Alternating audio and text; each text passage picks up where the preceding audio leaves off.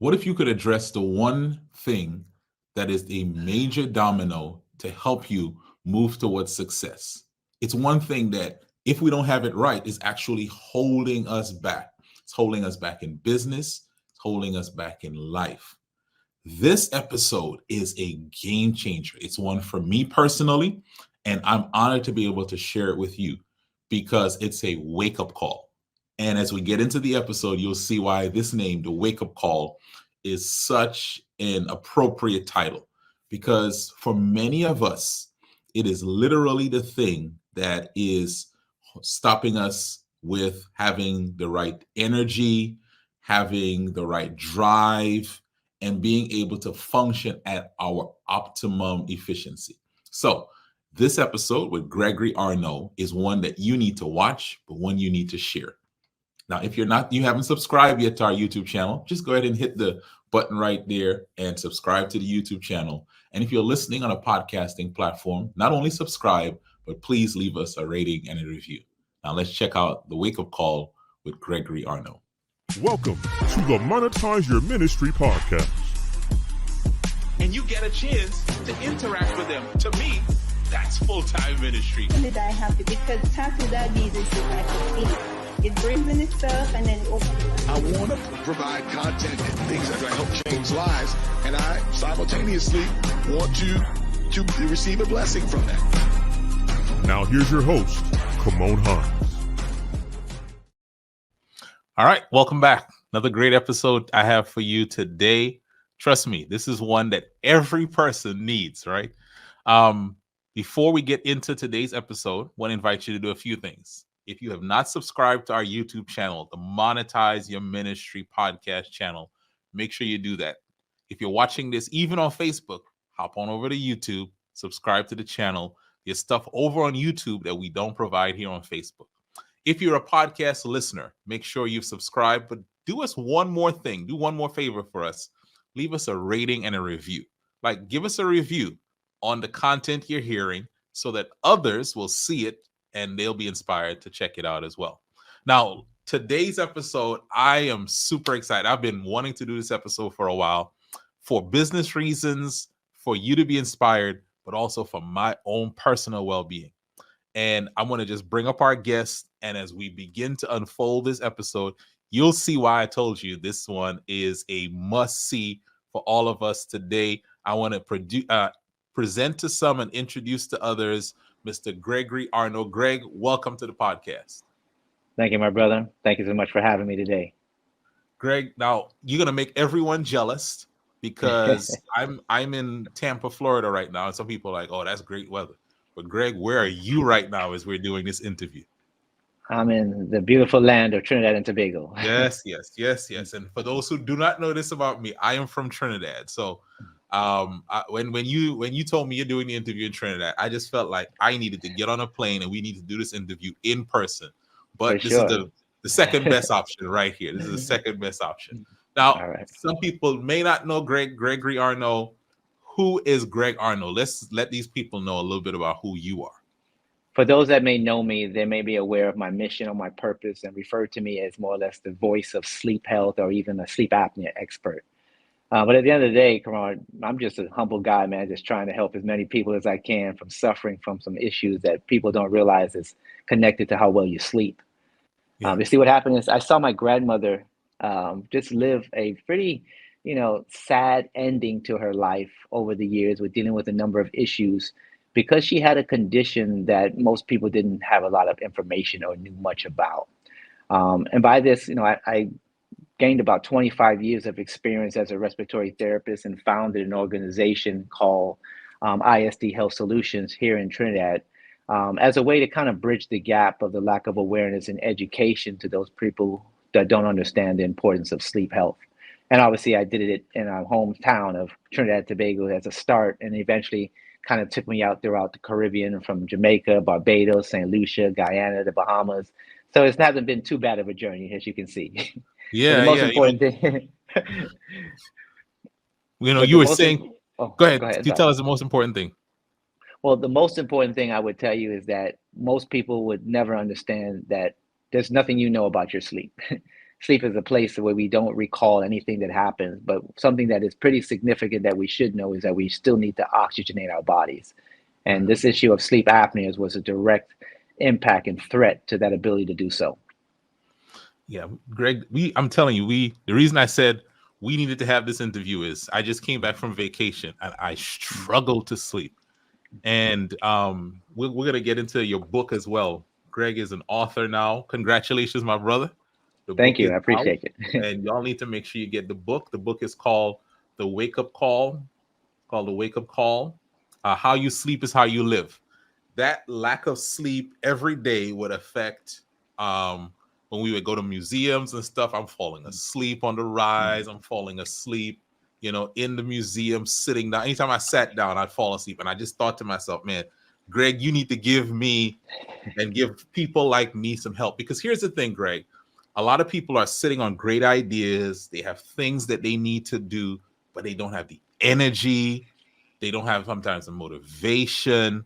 And all of this is tied to sleep. And a lot of us, we've almost given up. Like, this is just going to be my lot. This is just going to be my burden. This is just who I am. And we need someone like you. And I want to really just dive into your story because you gave us a little bit of that story, but we're going to unpack it a little bit more. So tell us what kind of helped shape your interest in the work that you're in. You kind of shared a little bit. You said you start your career as a respiratory therapist. What do you want to go into that career? Oh man, the crazy thing about it was because of a girlfriend that I had that wanted me to do a little more with my life and kind of challenged me to do something. And I met a friend of mine that had just finished a respiratory therapy course, and I just asked him, like, what did you do to be able to do this job? Like, what is it that you actually do? And he took me on a clinical day with him to one of the places he was working at. And I said, you know what? This seems pretty interesting. I think I'd give it a try. And didn't really have a passion for it or anything like that, to be honest. I was just looking to do something. And I kind of just got into the field and learned so much over the years and expanding to different parts of medicine as a result of it. That's fascinating. Like we usually have much more like lofty, like, I will always mess with this as a child. It's like, nah, man. Like, I'm gonna keep it real. The realist. Yeah. I'm gonna keep it real, man. So you, when you first started in this work as a respiratory therapist, you worked for a company, or you immediately started working on your own? Like, what's your work journey look like? Well, I started off working at Aventura Hospital in Miami, where my mother worked for about 10 years. And that was one of the proud moments I think she was able to share, to get to work side by side with her son. I then eventually left the hospital after a little less than a year, got into home care medical services, because I realized, if you could help people in their home versus being in a hospital, that would probably be the best place I'd want to be myself, and dealing with different types of health issues, and kind of saw that it was a huge opportunity there to do more and kind of see different outcomes. Because in a hospital, to be honest with you, it's never a nice place to be. It's everyone's kind of always on their last breath in some cases, or people have lost someone, or like I said, it's just really not an exciting place to be. And home care, I got to meet so many different people and see so many people's homes and how they lived. And it just brought me to new adventures each day that I kind of eventually gravitated to and enjoyed. That's cool. I went from home care, medical services and medical services in the home area to eventually getting into medical device sales. I started selling medical devices across the United States for different manufacturers that made technology to diagnose sleep apnea in the presence of your home, which was obviously very convenient as well. The other side of that, it was that after doing that for about 7 years for a couple of different companies, God led me down a trail to become an entrepreneur. I was never something I planned, just as much as I didn't plan to become a respiratory therapist. I just kind of was catapulted into an area now where I felt that it was a need to address certain things. And here I am 12 years down the road in this journey. I'm still here. Greg, now we're talking about faith, right? And this is a podcast. Our guest today is Gregory Arneaud. You said God led you into this field of entrepreneurship, right? Because you got your career, then you've kind of transitioned a little bit. Now you're selling the equipment. But what made you just kind of talk about that mindset shift and what was happening with you that you said, okay, I'm going to start something on my own. I'm curious. And we keep it real, since we're going to keep it 100. I got fired from a job. Ooh, The okay. first and only job I've ever was let go from. Mm. It just so happens I had already started that road of becoming somewhat of an entrepreneur. I had just registered my company here in Trinidad. I had gotten my aunt to help me set up a bank account and create a name. And I was saying, you know what, I want to try to see if I can help people on the side while I work my job here in the US. And I think it was like 2 weeks later, I got the axe. So it's like, okay, I guess I'll be doing this full time. So kind of walked into this space with no MBA in business or any Yeah. concept of what it took. Didn't have the financial support to actually navigate what I thought would have been necessary at that time. But I just had, I guess, a determination that I had to do something to create some way of providing for myself and my family. Yeah. And this is what I had in my hand. I Yeah. started a business. So I just trusted God. And boy, I tell you, you don't understand faith until you become an entrepreneur. It's a whole different game. Listen, Most Greg, you said something there, because there's faith. There's a different kind of faith when I get this paycheck on the 15th and the 30th or every week. yeah. And it's a different faith when you got to like put a contract out there and you eat from that, but other people are eating from that. At this, man, there is a different Hey, kind of faith. you see my hairline? It ain't here no more, boss. I tell you, when you have 8, 9, 10 employees that are counting on you to be able to provide for them, so they can provide for your family, and you don't even have a means to figure out how you're providing for yourself, it's Yeah. stressful. Yeah. But God has been good. He's been great. I got to say it. Yeah. Yeah. So, and you just underscore as well the importance. I think I'm never advocate people just leave your job, start a business. But I do think that more people, while you have a job, should start something on the side. Because Yeah. think about this, Greg. If you'd never started that thing on the side, yeah, you could have gone and got another job. But this gave you an opportunity to just take that energy and just put it all into the business that had just gotten started. I think that's just for anyone else, man. Just it's good for ownership, just having something of your own. Well, you said it, Kymone. If you start a business, you have to go all in. You will never see the benefits of what that business can do or get to a place of a stable income unless you got both feet in. Unfortunately, things just don't work that way if you put one foot in and try to think I'll do this and juggle this at the same time. Business is a 100% commitment, man, and it's more passion than commitment, to be honest with you, because you could be committed all you want. Them days that you don't feel like doing it, you just don't get it done. But passion is something you can't turn off.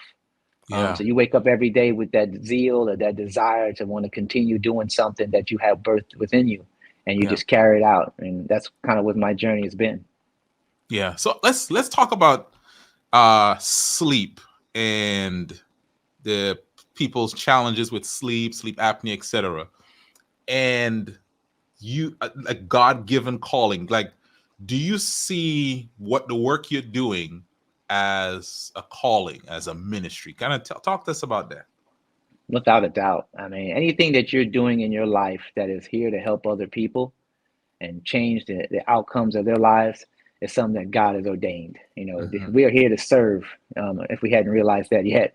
And anytime that we have an opportunity to do so, God is going to bless that, and God is going to honor that. And I fell into this with an idea of trying to make an income initially, but through my journey over a few years of getting on those planes and going back to Trinidad and seeing that, this was a way that I could change the trajectory of a lot of people's lives by just getting them this information, I started building some level of a desire and I would say a drive to want to make a difference, right? Yeah. But at the end of the day, when it finally dawned on me, I'd never forget, I was having my devotion one morning, as I do each morning before I start my day. And God just brought to my, I guess, remembrance where I had come from, everything I had done, all the different jobs I held, all the various types of situations and experience I was involved in.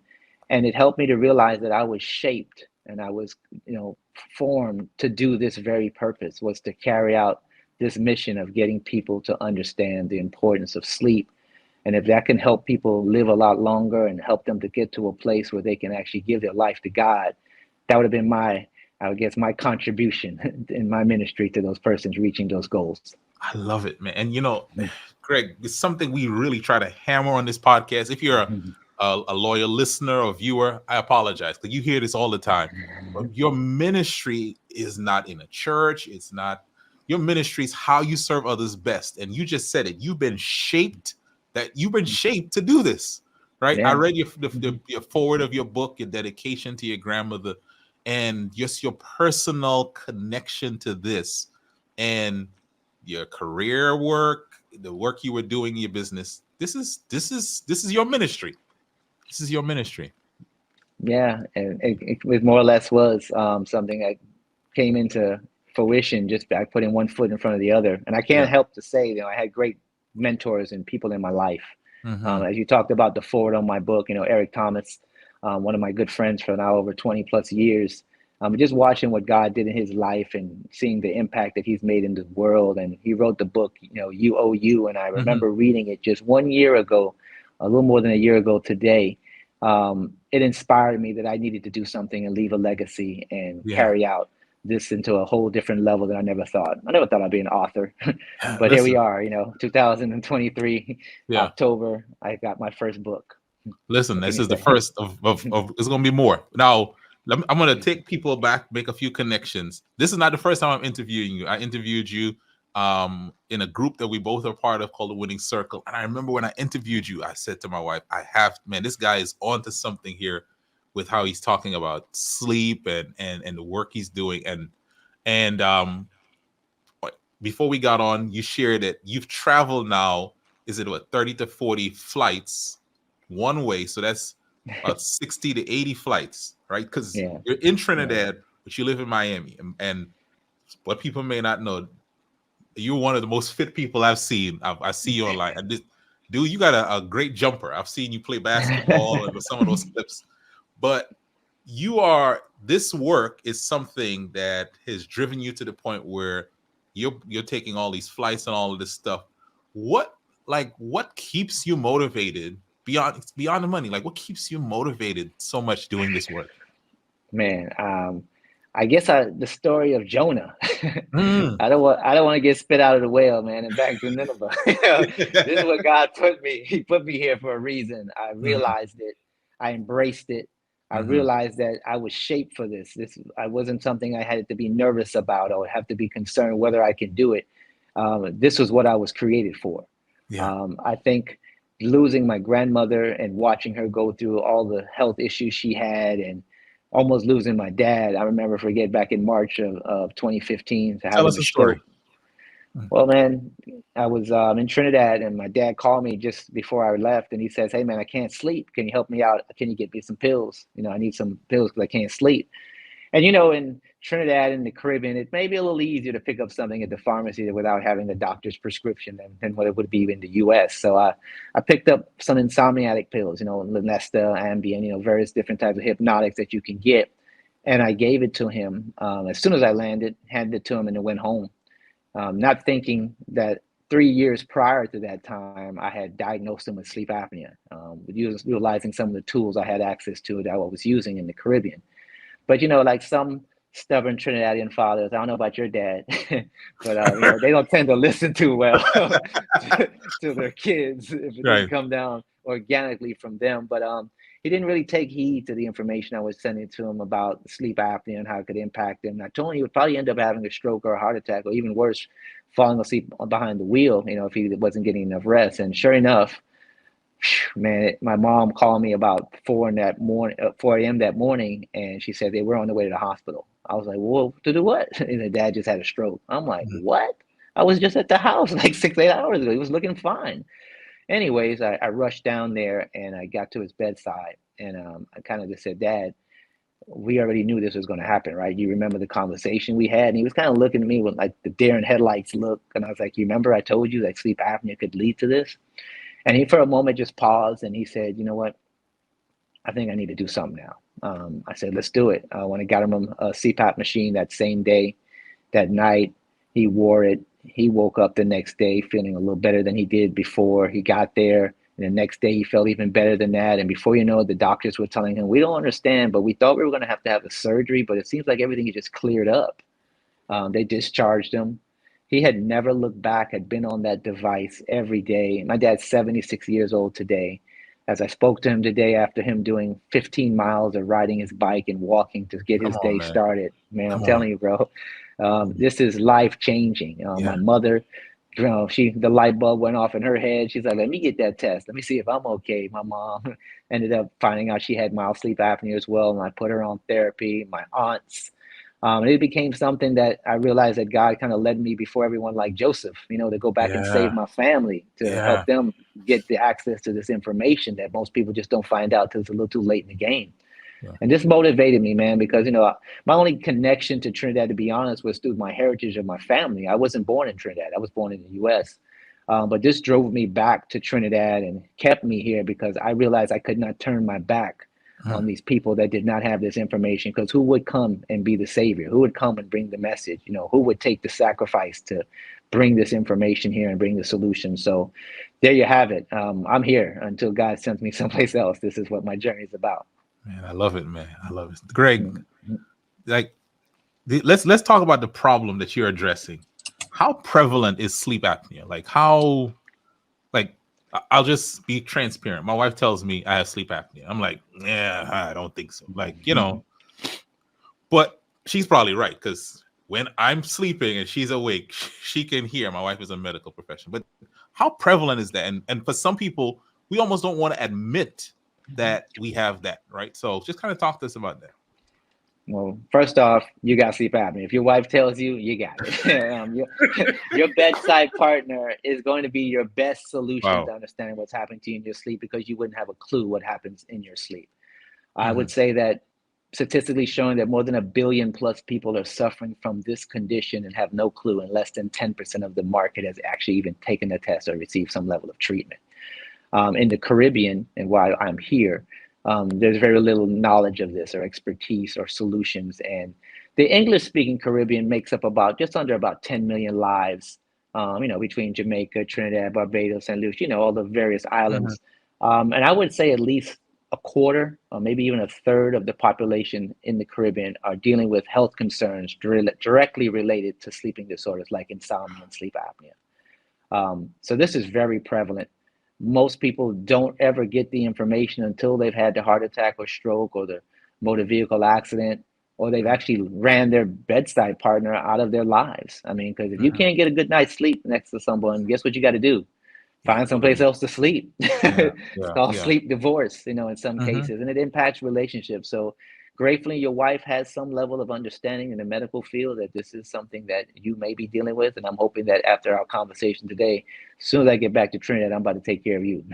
No, listen, absolutely. No, but to your point, is there a stigma that, I'm just, I'm going to use me as I don't want to admit that I have a problem. I'm just really tired, so I snore extra, right? We're all in denial. What's causing us to not even seek the testing and that kind of stuff? Because there's no pain associated to sleep outside of the elbow you might get from your wife to roll over if you're getting a little loud.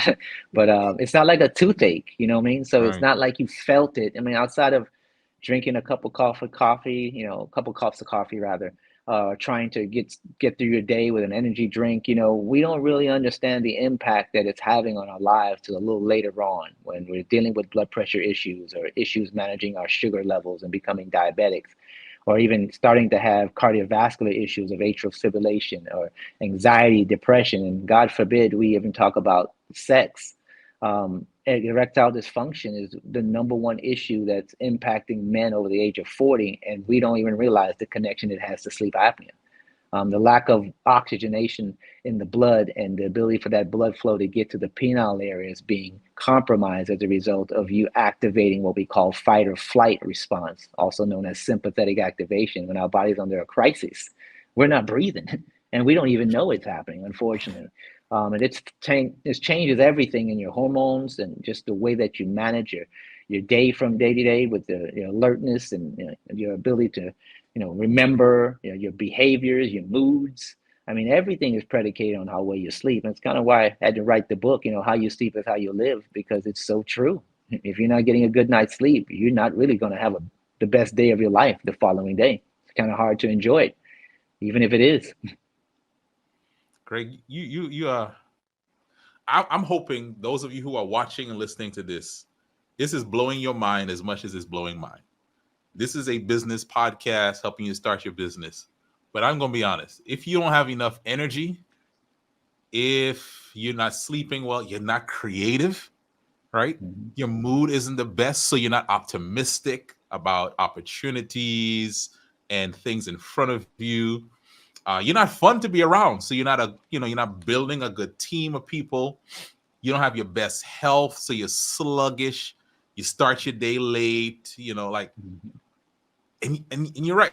Now, maybe, Greg, for someone like, they might say, well, I don't sleep well at night, but I get naps in the day. Is there a trade-off for people? Yeah, if you're needing naps in the day, it means you're not getting enough sleep.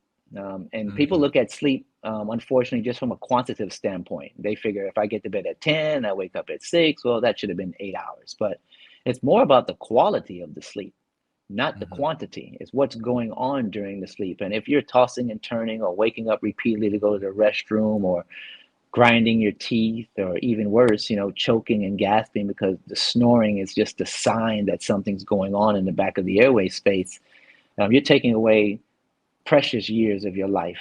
Every night you go through this 6, 7, 8 hours of slumber, so to say, and not getting enough oxygen to your body. Sleep is important, man. God did some amazing things with sleep. He allowed us to dream, to see things. If you remember in the Bible, he brought visions to people in their sleep.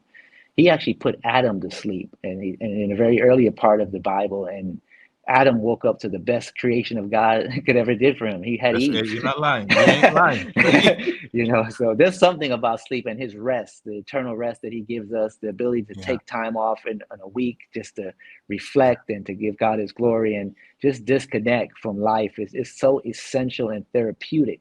And if you don't do it now, it's going to cost you one way or the other, and it'll cause you to take that rest when you're not even planning to, because you only can go so far. That's what it ends up being at the end of the day. Yeah. Now, Greg, I want to get into your book and the writing of the book, but you gotta forgive me, man. I gotta ask another sleep question. So if I'm having challenges sleeping, what are some things I can do just in my routine?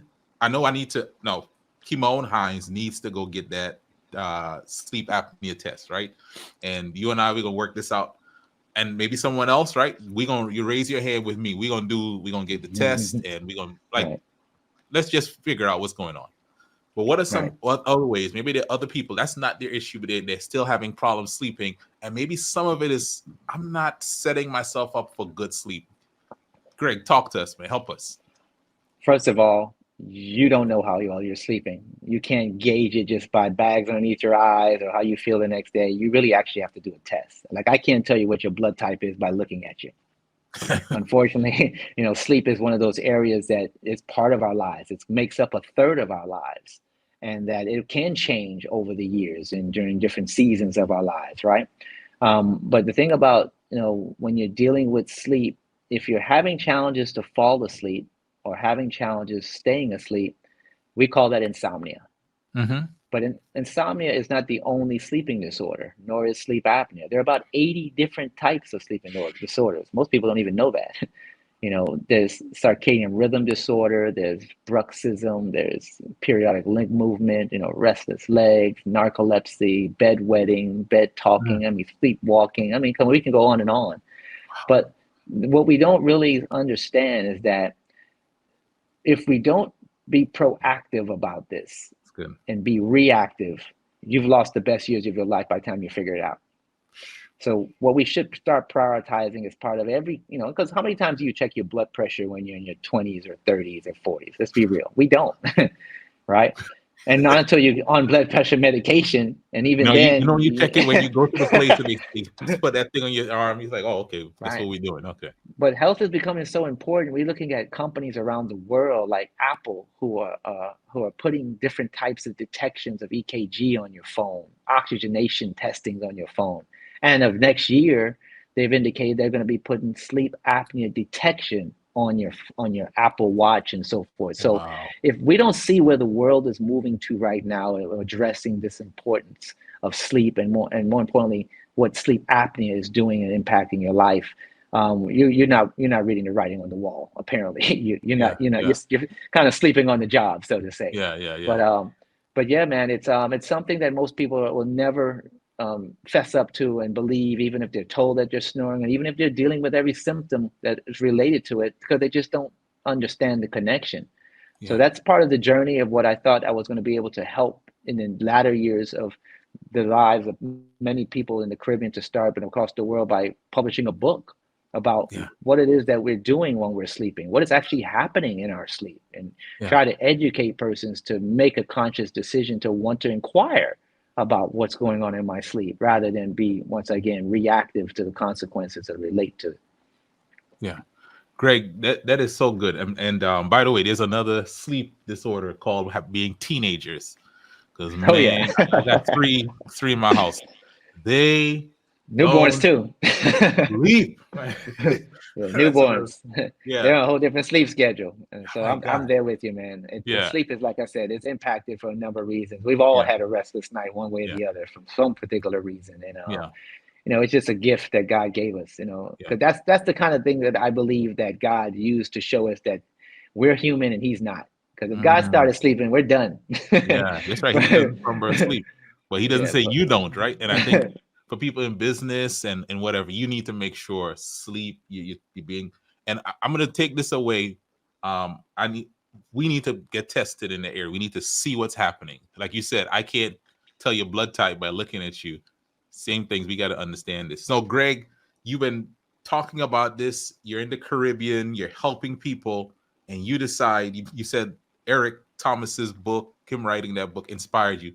Talk to us about the process of this, putting your story and I'll say your ministry, putting it into a book. Talk to us about that process.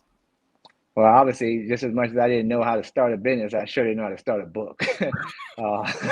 I just started jotting down things that was coming to mind. I would wake up in the morning and I would just, talk to God, and then use the inspiration that I've had in that time to start jotting down voice memos and writing stuff Mhm. down that came to mind. And what I started doing is that I started taking some of the, I guess, things I saw people that were doing that was being successful was doing videos. So I started this project probably about a year before I did the book, and I called it my Sleep Health Minute. So I took a minute and I kind of put a video and some information and content about how sleep is impacting our lives. And I tried to make 52 videos for that year. I told God, if I can just get through 1 week, get me to the next week, because I'm not the best at being consistent at much of anything as I thought about it. But I got through that year and I had all this content and information that I just posted or I just written, and it was just sitting there.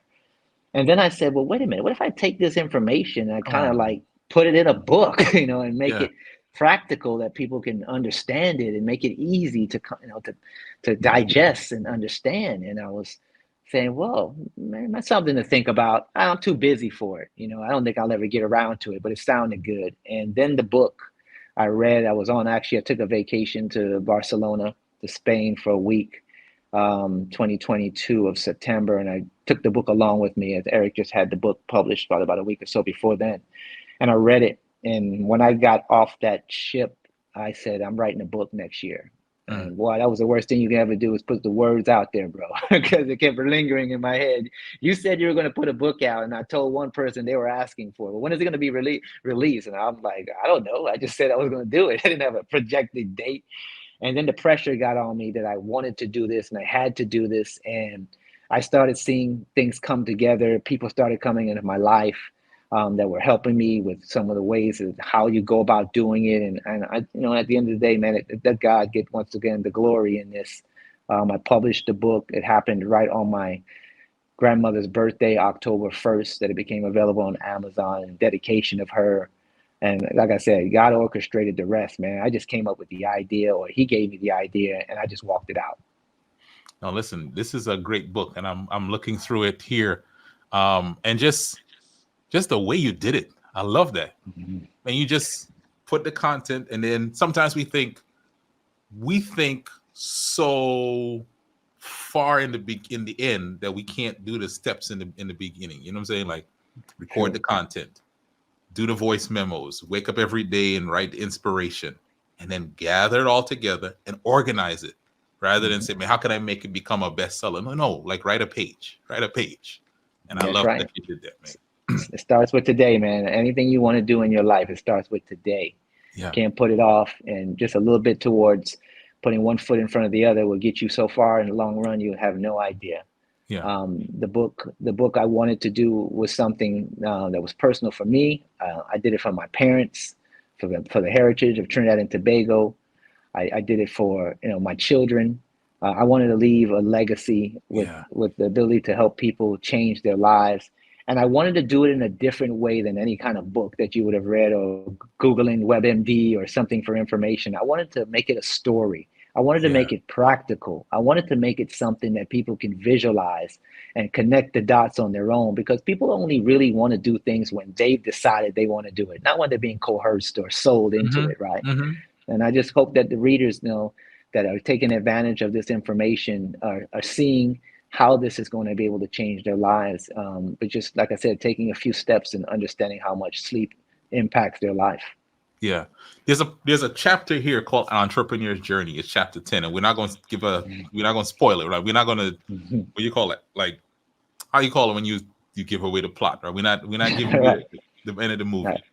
But tell us from that, like, what's a lesson from that part of the book that we can share with our viewers and our listeners today? What's the lesson from that chapter, Entrepreneur's Journey? And I'll tell you, that's a book by itself. But I was able to put it in a chapter. That's book number 2. That's gonna be book number 2. Possibly, because it ain't over yet. I'm still on the journey. But that chapter to me was it all. It brought me back to the day one, like when I thought about starting a business, to where I'm at today, and the pitfalls and all of the highs and the lows I felt along the way. And it was something that I didn't really think that people would care about what I was doing or who I was. So I wanted to leave it for the last part of the book, right? I didn't want to start off with that. But I wanted persons that read the book to understand that being an entrepreneur is not for suckers. You got to be pretty consistent and committed and passionate, and not going to take any pitfall or objection that's going to take you off course from you getting to your goal. Like, if you're going to do that, you got to be 100%, 120. You got to be in it. And, it was so amazing to go back 10, 12 years to just try to figure out how I got where I was at today. Yeah. And I wasn't a person that wanted to pat myself on the back over the years. And I never looked at any particular situation as a milestone that I was trying to reach. I just kept going. I was excited when I was like, wow, I was on a TV show. Okay. Wow, I wrote an article in a newspaper. Wow, I did a presentation. And I'm not even thinking about what I'm doing, because I'm just thinking, what's the next thing? I just got to keep going.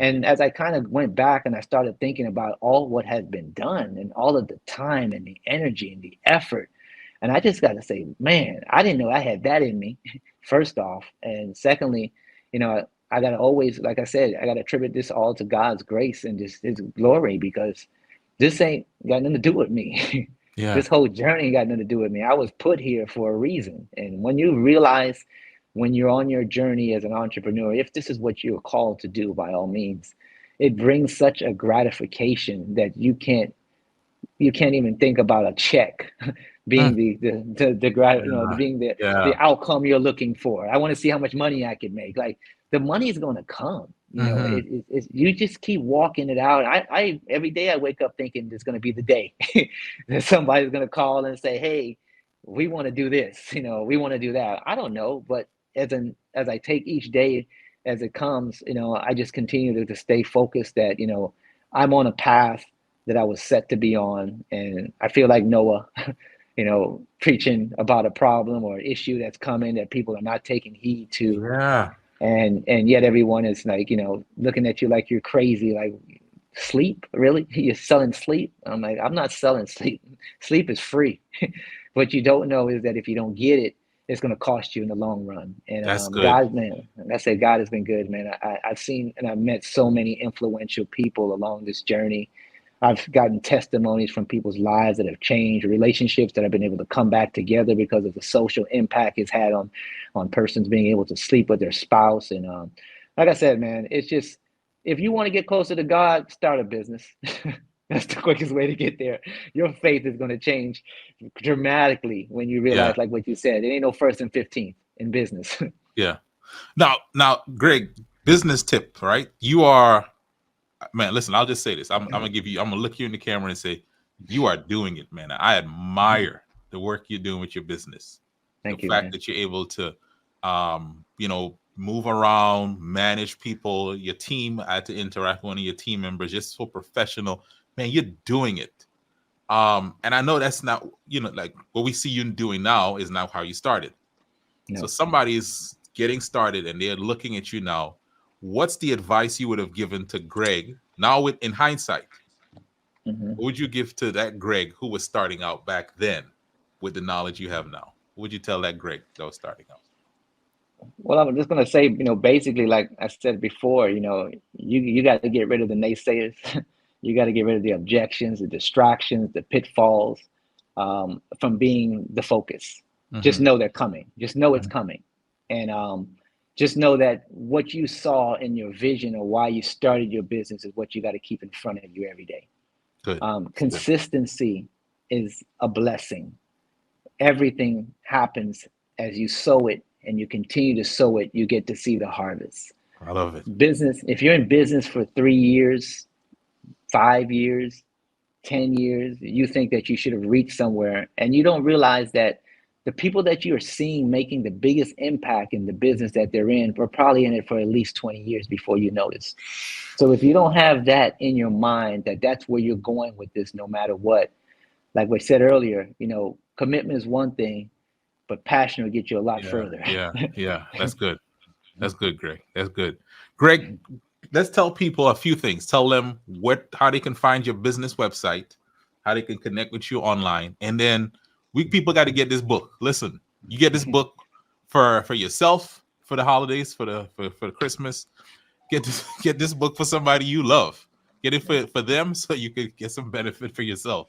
So tell us what's your website for your business and the people watching this in the Caribbean, so it's particularly for you as well. What's your website, Greg? isdhealthsolutions.com is the name of the organization. We're on Facebook, we're on Instagram. I think we just opened up a TikTok the other day. LinkedIn. I mean, I'm not personally, not me, not yet. I haven't got that far yet. I'm not there yet. I'm still working on a few of my moves. Yeah. But that's the easiest way to find us. More importantly, if you are wanting to get help, if you just go to the site there, I offer a free sleep consultation. I figured that God's ministry is free, but the work costs money, to do right to get it to happen. Free. So man, listen, I get that.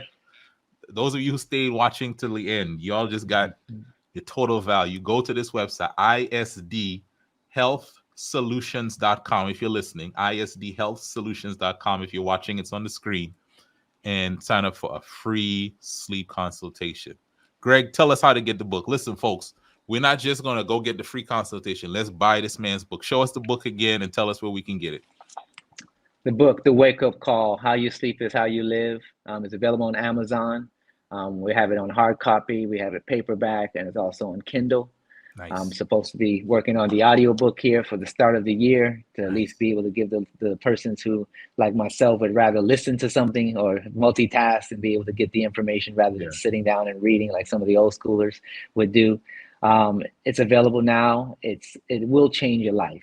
I haven't had a person that read that book had not come back to tell me how they couldn't believe what they were reading. It kept them engaged from one chapter to the next. And my dad, who is my biggest critic, read the book in the first few hours. I handed it to him and he said, son, I got to tell you, this is going to be a bestseller.